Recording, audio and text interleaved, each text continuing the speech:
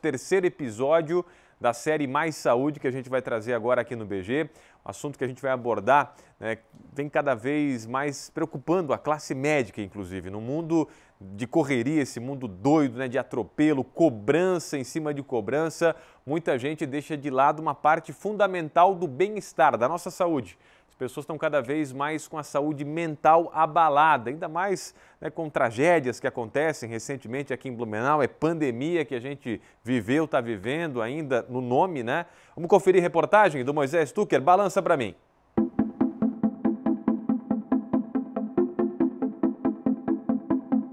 Quando nossa mente está desalinhada, tudo parece dar errado. Milhares de estudos já comprovaram que o nosso cérebro coordena todas as funções do corpo. Quando ele não está bem, liberamos em maior quantidade um hormônio chamado cortisol, que potencializa os níveis de estresse. A busca por saúde mental ganha evidência nos últimos anos, principalmente depois da pandemia da Covid-19. Quando se ouve esse termo, logo associamos a doenças mentais. Mas ter saúde mental vai muito além disso. Arrisco dizer que tem a ver com a qualidade de vida. As pessoas às vezes associam saúde mental com sucesso e posse. Eu tenho um carro do ano, estou numa casa legal, tenho um apartamento na praia, tenho dinheiro para viajar, nossa, tenho sucesso, estou bem. Essa é apenas a parte material, né? Agora, saúde mental é muito mais que isso. Viver em harmonia consigo mesmo e com o outro é ter saúde mental. Então a gente vai pegar a parte emocional, psicológica e física, juntar toda ela e lidar contigo mesmo e com o outro. Isso é ter saúde mental. Conseguir trazer essa harmonia, esse equilíbrio entre a vida contigo mesmo e com o outro. Porém, né, existe a parte complexa que é toda a história de vida de uma pessoa. Quando a gente fala de saúde mental, a gente tem que analisar não somente o contexto de agora, mas também tudo que a pessoa carrega de história junto com ela. Especialistas afirmam que o estresse é uma das principais causas de problemas de saúde mental. Geralmente são engatilhados em momentos específicos do dia a dia. E o maior desafio de todos nós é conseguir identificar sinais de que nossa saúde mental não vai nada bem. Sinais de que a saúde mental não vai bem está bastante correlacionada a, principalmente, você se preocupar excessivamente, dormir mal, ter aumento de peso ou uma queda de peso muito excessiva, você ter dificuldades para regular o seu dia a dia, ter uma rotina, quando você se sente indisposto, quando você se sente cansado o dia inteiro, quando você tem dificuldade de atenção, todos esses sintomas e muitos mais, é claro, né, são sinais de que a saúde não vai bem. Algumas dicas para organizar a saúde mental são importantes. É fundamental ter uma vida organizada. O nosso cérebro é um seguidor de rotinas formidáveis e quase sempre tende a seguir hábitos estabelecidos sem que a gente perceba. Uma das rotinas que mais abalam uma boa saúde mental é a qualidade do nosso sono. Não tem como não falar de saúde sem falar do sono, né? O sono é essencial para a gente ter uma vida saudável, uma vida boa. O sono é uma coisa que a gente geralmente não dá muita atenção, mas é uma necessidade biológica que o nosso corpo tem e é uma necessidade a qual a gente não pode escapar. Não tem como negociar com o sono. Se eu quero viver e viver bem, eu tenho que dormir e dormir bem. Isso é muito importante. Por isso temos que estar atentos a alguns problemas que para a medicina são chamados de doenças do sono. As mais comuns são o ronco, a apneia do sono e a insônia. O ronco ele pode estar escondendo uma doença, que é a apneia do sono, né? O ronco basicamente é uma questão mais do barulho, mas a apneia não, ela já impacta de forma direta a qualidade do sono do paciente. Então, às vezes, o paciente faz tudo que a gente falou, dorme certinho, no horário, mas mesmo assim ele tem um sono que não repara. Esse paciente pode ter uma apneia.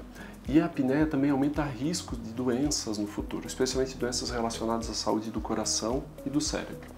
E quando a gente fala de tratamento, existem muitas opções que podem ajudar a pessoa a roncar menos e a não ter apneia. Tratamento que mudou a qualidade de vida da Jussi. Sem conseguir dormir, procurou o especialista e foi diagnosticada com apneia do sono. O tratamento com o CPAP começou. Hoje ela consegue descansar durante a noite e ficar disposta durante o dia inteiro. Eu tinha mais de 100 paradas respiratórias por hora, né? Então é uma apneia gravíssima, né? E ele me orientou, a gente conversou sobre tratamentos e tal, e a gente chegou em conjunto que o uso do CPAP, ele me ajudaria. Aí, as noites que eu tive de sono, a redução foi a 2, 3 apneias por hora. Então, uma redução muito grande, né? Então, a gente chegou ao fato que realmente, se eu me adaptasse com o aparelho, seria, né, o melhor a fazer o uso do equipamento. Outro costume que preocupa muitos médicos é a automedicação para induzir o sono. O que parece um alívio imediato pode se tornar um grande problema no futuro.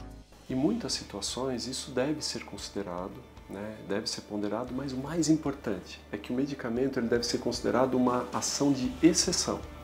A regra e o que eu tenho que buscar é evitar usar a medicação, porque por mais saudável, não existe saudável, mas por melhor que seja aquele medicamento, e a gente está falando de medicamentos muito ruins e medicamentos um pouco melhores, mas ele sempre vai alterar um pouco a estrutura natural do sono, a relação que a pessoa tem pelo sono, né? Aquela necessidade, às vezes até aquela ansiedade, aquela necessidade psicológica de ter uma busca pelo sono.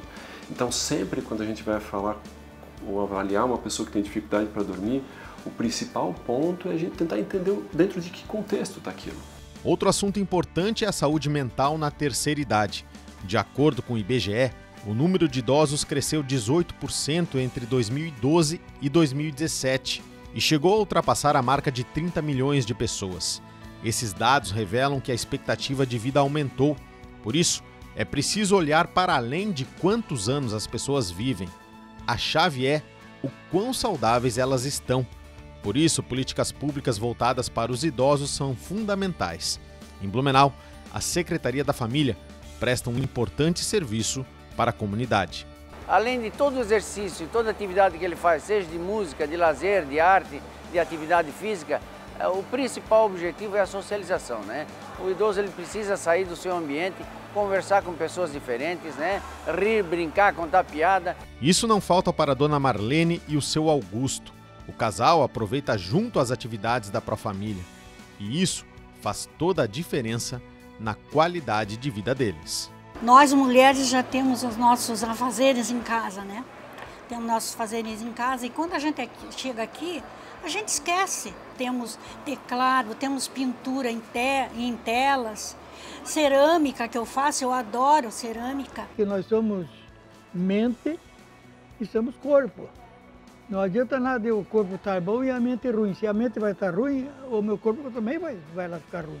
Esse é um belo exemplo de que a saúde mental vai muito além de doenças psiquiátricas.